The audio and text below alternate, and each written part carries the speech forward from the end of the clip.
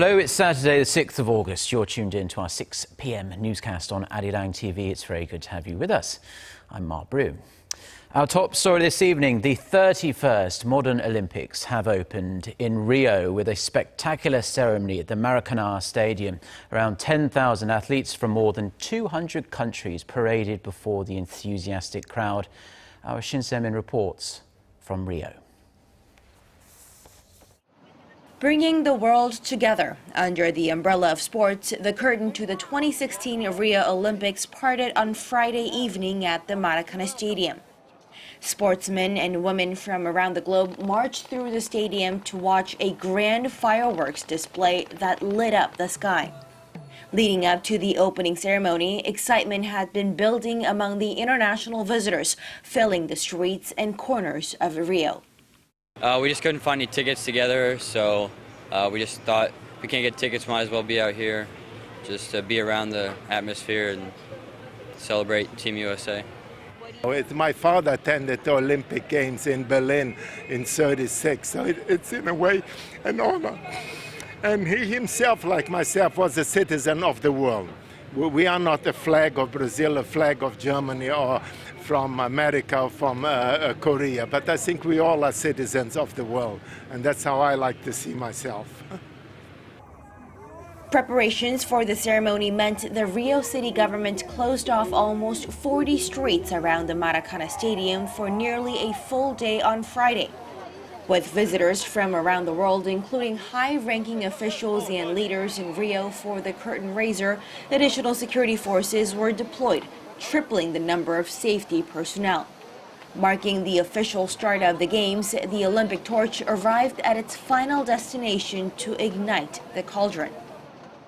With citizens from all corners of the world bonding through the Rio Olympics, audience members and sports enthusiasts now hope that one of the largest international sporting events go through smoothly, bringing sound results for all. Shin Se-min, Arirang News, Rio de Janeiro.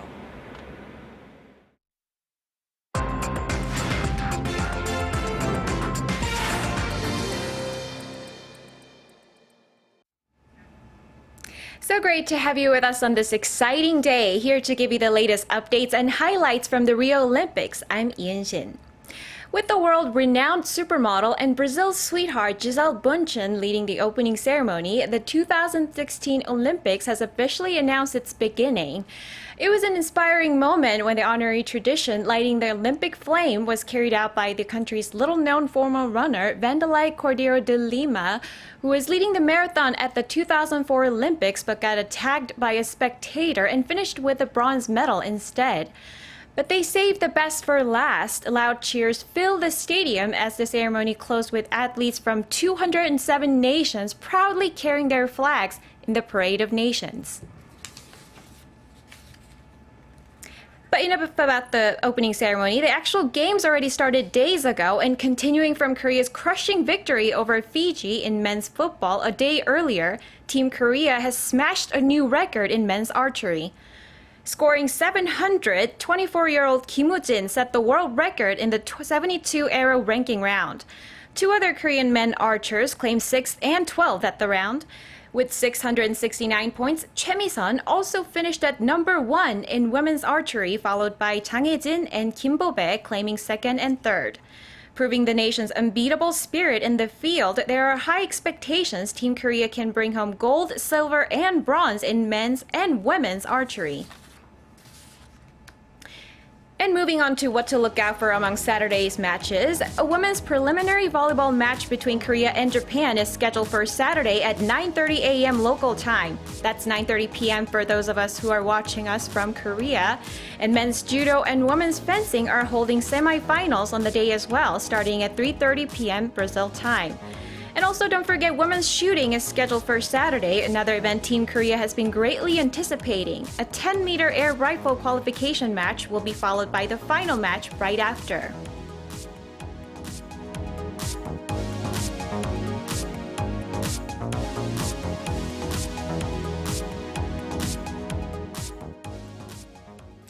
That was our Ian Shin there with an update on the Rio Olympics that kicked off with that grand opening ceremony on Friday evening local time. We'll be reconnecting with Ian Shin at 10 p.m. Korea time in our next newscast. Now, in other news, controversy is brewing over an upcoming visit to China by 6 young lawmakers from South Korea's main opposition Minju Party of Korea.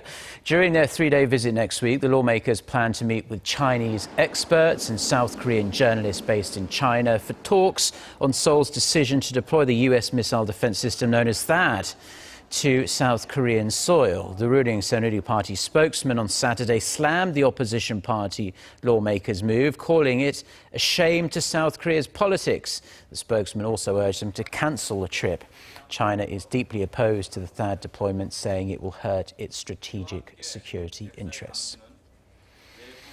US Secretary of State John Kerry has held telephone talks with Chinese Foreign Minister Wang Yi about President Barack Obama's upcoming trip to China and a range of other issues. The State Department says the diplomats discussed Obama's visit to Hangzhou and his participation in the G20 summit early next month. Kerry and Wang also spoke about appropriate responses to the recent missile provocations by North Korea, including efforts to implement fully obligations under the UN Security Council Resolution 2270.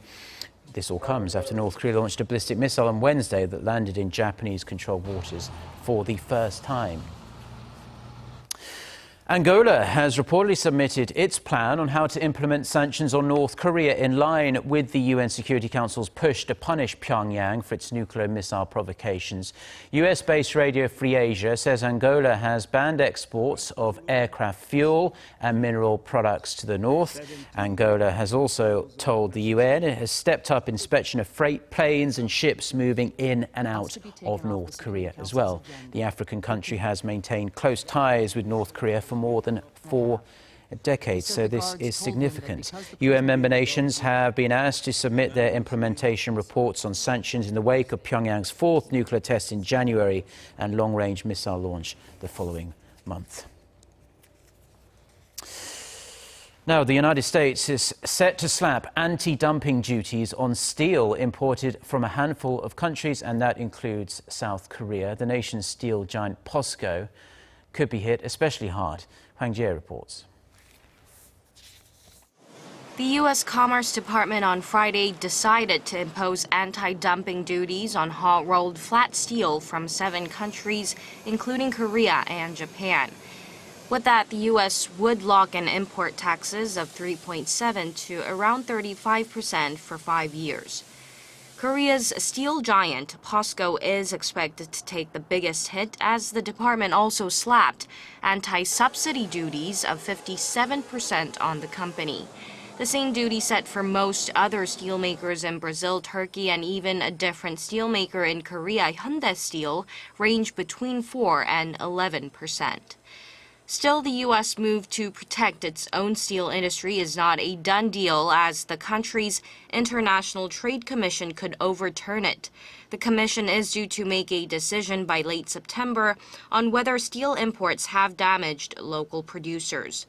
Hot-rolled steel products are mainly used in construction fields, automobiles, and heavy machinery, and the largest share of U.S. imports come from Korea. American steelmakers argue that prices are plunging below cost due to a global supply glut, and that foreign steelmakers are dumping products to the U.S., which is the only market generating stable demand.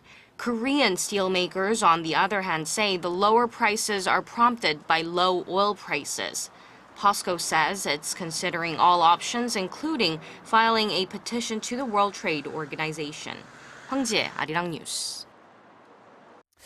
Now, pre-orders for Samsung's Galaxy Note 7 have begun here in Korea. The nation's 3 mobile carriers, SK Telecom, KT and LG U+, say customers can pre-order the smartphone on their websites or at their retail stores. Now, the Note 7 is due to be released later this month in Korea. The 64GB version is priced at around $880 US. Here, it boasts a much clearer display, state-of-the-art security features, even an iris scanner and waterproofing. As you can see, industry analysts say they expect the Note 7 to sell better than its predecessors. 13 people have died and 6 have been injured in a fire in a bar in the city of Rouen in northern France. Police say it was most likely caused by candles on a cake at a birthday party. The deaths were the result of poisonous gas emitted by material in the ceiling. The victims were all between 18 and 25 years old. An investigation has been launched, but terrorism has been ruled out. Now, do scary movies cool you down when the weather gets too hot? Many people in Korea watch horror movies when it's hot outside because it gives them the shivers and helps them stay cool. But does watching scary movies really help lower our body temperatures, or is it just an urban myth? Our Kim Myo-gyun finds out.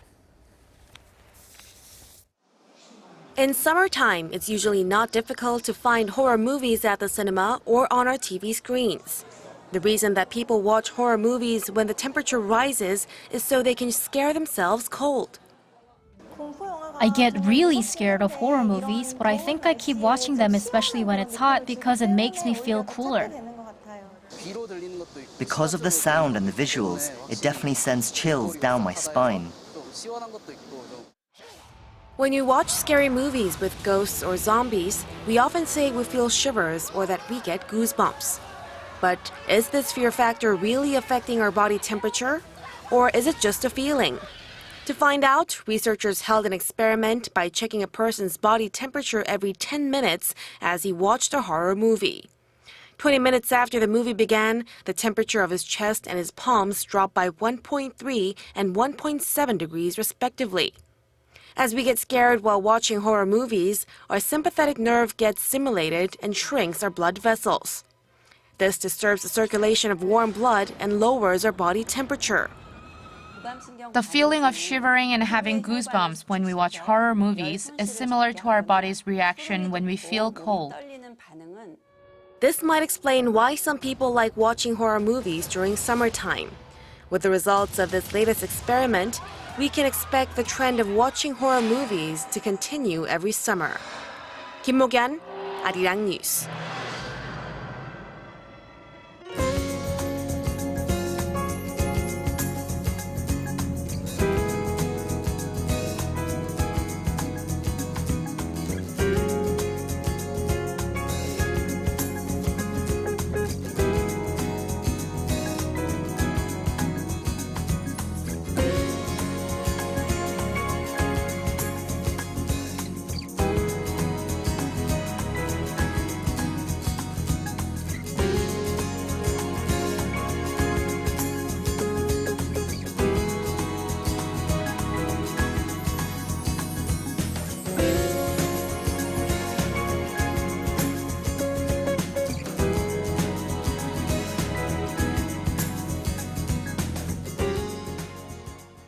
Well, that's all we have for now. Do enjoy the rest of your Saturday wherever you're watching us, and stay tuned to Arirang TV. We'll be back with our next newscast that's coming up at 10 p.m. Korea time. So until then, goodbye.